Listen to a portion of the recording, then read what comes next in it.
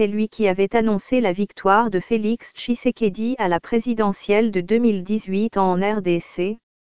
Désormais candidat, l'ancien président de la commission électorale resté proche de Joseph Kabila dit se sentir menacé. Un jour au Ghana, l'autre en Angola, Corneille Nangaa se méfie.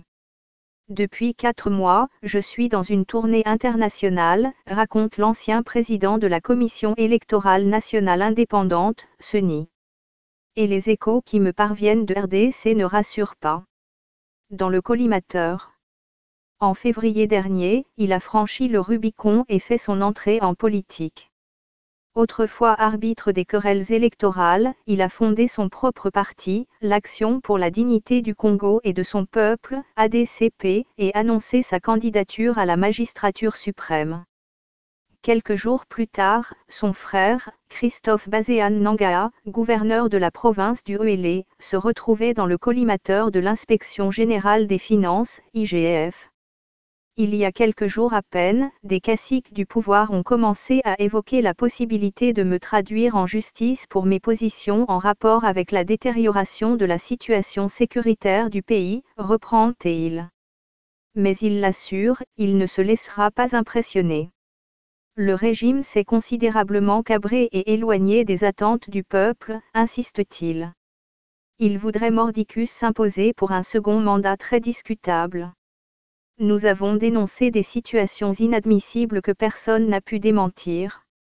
En quoi le fait de pointer la présence d'infiltrés dans la garde présidentielle est-il un crime? Est-ce plus grave que de dénoncer les tueries en Ituri ou dans la Tshopo?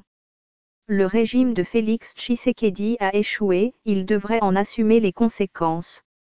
L'époque où il avait annoncé la victoire de Félix Tshisekedi à la présidentielle de décembre 2018 paraît loin. Son idylle avec le chef de l'État n'a pas résisté à la fin de l'alliance politique qui unissait ce dernier à son prédécesseur, Joseph Kabila. Entre les deux hommes, Corneille Nangaa était-il condamné à choisir son camp?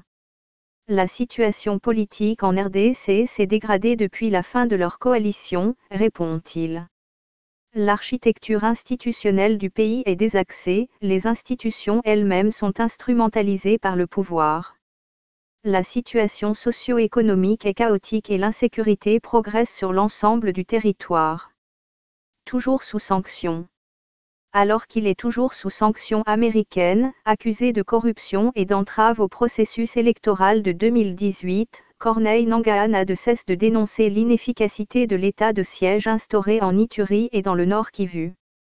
Il demande la démission du gouvernement de Sama Lukonde Kyenge et accuse les autorités d'avoir intégré des combattants des Forces démocratiques de libération du Rwanda, FDLR, au sein de la garde républicaine. Des accusations que le porte-parole du gouvernement congolais, Patrick Muyaya, a rejetées ce mercredi 16 août, dénonçant à son tour des propos d'une extrême gravité, qui pourraient valoir à leur auteur une convocation par la justice. Nous avons demandé au président Tshisekedi de faire un break dans le processus électoral. À en croire Corneille Nangaa, ses déboires avec le pouvoir ont commencé après la création de son parti. Un mois plus tard, soit le jeudi 23 mars 2023, les éléments de la police nationale qui étaient commis à ma sécurité en tant qu'ancien président de la CENI ont été retirés sans aucune explication. Si l'on se souvient des circonstances dans lesquelles les généraux Delphin Kaimbi puis Timothée Mincuto ont trouvé la mort, on comprend que la prudence est de mise. Et d'ajouter que cet épisode a par ailleurs été suivi de plusieurs reproches de la part des tenants du pouvoir au motif que je m'étais engagé dans une politique jugée trop critique vis-à-vis du régime. J'avais donc fini par en savoir les raisons.